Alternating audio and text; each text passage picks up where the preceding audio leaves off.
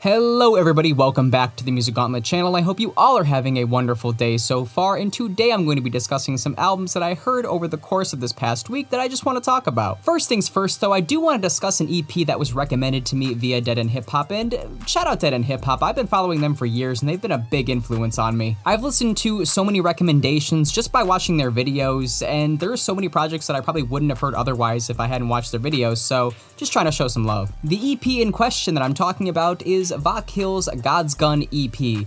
And again, this is another project that I would have had no idea came out had it not been for this video popping up in my feed. It's your very standard 7-song, 27-minute EP, but Vakill does not waste a breath. Immediately with the first track, Chicago, Vakill comes at you with some extremely potent lyricism. There's a Terminator line in here that you just have to hear for yourself the way he sets it up and executes it. It's great. It's the perfect showcase for him to talk his shit in witty metaphors, but eventually evolve the song into being somewhat about racial tensions in America. And I only say somewhat because it is part of Vakill's overall stream of thought. He does a great job of connecting these loose thoughts that may seem a little abstract on paper, but come together to form one grander holistic idea. Much like the underlining theme to this project overall, even though there doesn't really seem to be a blatant one. To me, it comes down to killers finding comfort in the confines of religion. Like that one Ab-Soul line, you gotta keep the peace to keep the peace. Whether you or I believe that is the right mentality to have, that is often the thought process of people that are associated with gangs and why they're running so rampantly in places like Chicago. He gets into this duality on the track God's Got Him, where he describes it in the sense of God has somebody now after he's taken their life, but also he's going to be protected in the street life because God has his back. Given that this is an EP, it was supposed to be an album, but for some reason got shortened down to an EP, but given the short length of this project, I don't think there was meant to be an extremely detailed concept to it, but it's still interesting to hear him weave these concepts into his music almost effortlessly. It was extremely impressive to me after a 10-year hiatus how he can still sound this clean on the mic. The flows were extremely tight, being rapid but not dizzying, and the production I was also extremely impressed by. There was some great piano work, some great sampling work. There were even some times when there were some xylophone taps here and there, like on the track God's Got Him, which had a playfulness aspect to it, which was kind of hypocritical of the track, but it was interesting to hear. Overall, this was a very solid listen, and the fact that it's so compact makes it very easy to come back to. Of course, in the year 2021, I would love if rappers stopped using homophobic slurs in their music, but the fact that he's at the age that he's at and came back after so many years, he probably didn't really care, which is fine, it just comes off as a small blemish. But if that's something that really bothers you, then just a heads up. But yeah, I would definitely recommend this to a hip-hop head for some underground material for sure, and there are no other projects that I've heard by him, so I can't rank it out of anything else. All I can say is, I would recommend it. Next on the docket though, I want to talk about Trippie Redd's latest album, Trip at Night, Complete Edition, because we gotta throw that in there now. What makes it a complete edition, you may ask? Oh, just a matter of a one-song difference that he said was already gonna be on the album before he dropped it, and then it wasn't on the album. That's so funny to me, cause I don't even know. It's like, why would you say a song is on your album if you're not gonna put it on the album when you release it? And then he's like, oh, if I get a certain amount of likes, then I'll release the song and put it on the album. I'll release the complete edition of my album. Wasn't the original album the complete edition? Why do we have two different? Oh man, this shit, it's funny, but it gives me a headache. All because Drake had his panties in a bunch and had to throw in a shot at Kanye West at the end of his verse. I bet you that's the reason why. But getting into the project, it was just okay to me. I'm seeing some people love it because it's better than the stuff he's released recently, but I'm also seeing people hate it because it sounds pretty much the same all the way throughout. And I really do understand both sides of the coin there. That's why it comes off to be just an okay project to me. Because on one hand, I do respect the fact that he kept it sonically cohesive, but on the other hand, there are times when it just bleeds together and I barely realize the next track is already on. It all has a very old school video game-esque feel to it with the sounds that he incorporates on here. It very much sounds like I just turned on my Nintendo 64 to play some Snowboard Kids. Man, I used to get so heated playing that. It's almost like he was trying to pull off what Cardi was trying to pull off on Whole Lotta Red, but he doesn't have that dynamic of a vocal style to do that.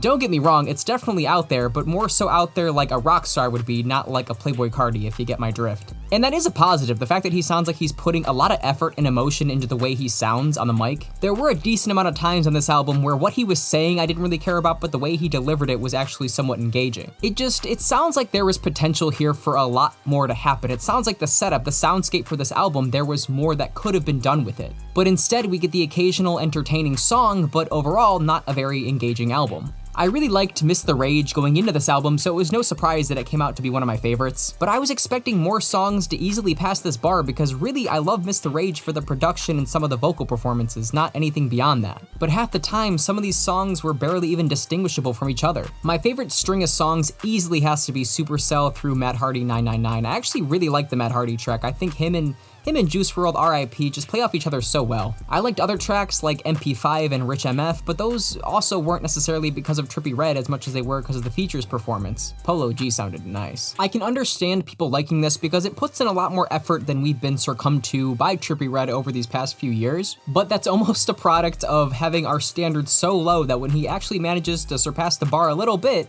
it's commendable. When in reality, this project is alright, but it doesn't do that much else to stand out. He incorporates elements on here like the soundscape and features to grab your attention, but that doesn't do much other than just to make it stand out when it really isn't that standout of a project to begin with. And if we can circle back real quick to the Drake verse, this may be the most lazy Drake verse I've ever heard in my life. Paper plane, Laker game, Novocaine.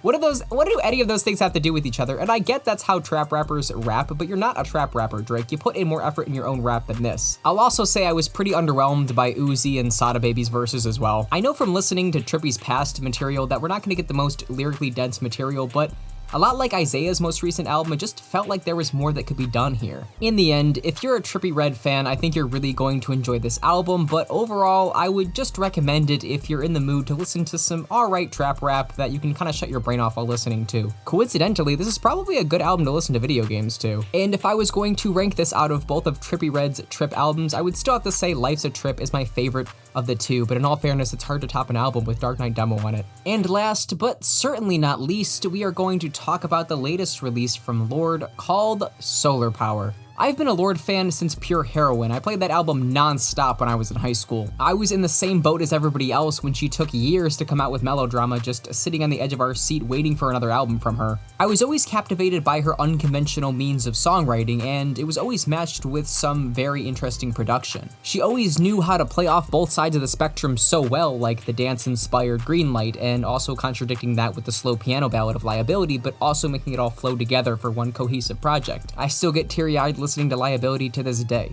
And I wanted to mention her past work before I get into Solar Power because it's the main reason why I'm not digging Solar Power all that much. Look, I like spacious music, but there's a bit of a crossroads we're hitting here. That being, Lorde has these emotionally investing songs where she's trying to give you her perspective on the point that she's at right now in her career. But the production can almost be so lackadaisical that it makes you not really care all that much as to what she's saying. It's giving you the vibe to just unwind and relax, which sure works for some songs like Stoned at the Nail Salon, but then for others like The Man with the Axe, is kind of working against it, which, don't take this as an insult, but she almost sounds stoned on this album. I don't know, maybe that's the point of the album. Maybe you gotta light up to enjoy this album, but at the same time, I'm a firm believer in not having to be high to enjoy music. I was even out on a walk in nature while I was listening to this album for the first time, and it still didn't click all that much with me. I feel like I was in the perfect setting and atmosphere to enjoy this project, and it really didn't hit like that for me.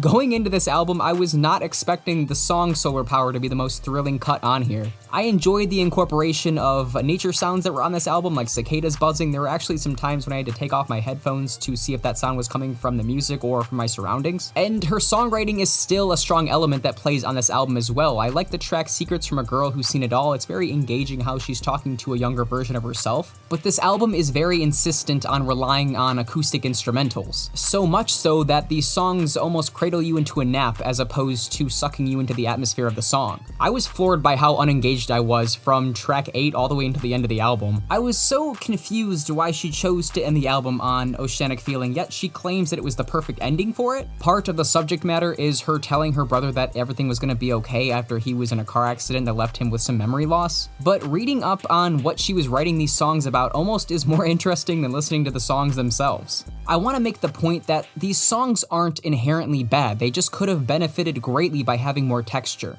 I really want to like tracks like Fallen Fruit and The Man with the Axe, but I can't force myself to get engaged with these songs. What I love so much about her previous work is it never felt like I had to force myself to like it just clicked automatically. Jack Antonoff came through and did a good job with the production. I also enjoyed the drum work from Matt Chamberlain on here. In the end, she decided to go against the grain of her past material by not making her music as dramatic, but I think she swung too hard in the opposite direction. With all that being said though, I still respect this album a lot, like Billie Eilish's recent album, for pivoting so hard from the music that she was known to make. Melodrama was a little bit different, but it still followed suit, being pretty accessible. Solar Power really challenges the listener to be engaged with the storytelling and not care as much about the atmosphere if you can get past it being not all that interesting. This may not be my favorite Lorde album, but if this was an album she felt like she wanted to make that was able to get some things off of her chest, then by all means, I am fully supportive of that. So if Lorde played this album back and was happy with what she heard, then more power to her. I'm glad she released this album if she wanted to. And really, I am just glad we're hearing from Lorde, period. As you could probably guess, this isn't my favorite Lorde album. My rankings for her albums still would be Pure Heroine in first, then Melodrama in second, and then Solar Power in last. And I am willing to admit that I have some nostalgic lenses for Pure Heroine, so that's probably why I like it as much as I do. However, I still think it's a great project regardless. And I think that is gonna do it for this video. Thank you guys so much for watching all the way into the end. If you made it all the way into the end, you know I truly appreciate that. If you disagree or agree with my opinion on these albums, if you wanna rip my head off for not saying I like this Lorde album, then leave a comment in the comments section, or you can follow me on Instagram and Twitter, and we can talk about it there. Again, thank you for watching, and I'll see you in the next one. Peace. Yeah, I'm Lorde. Yeah.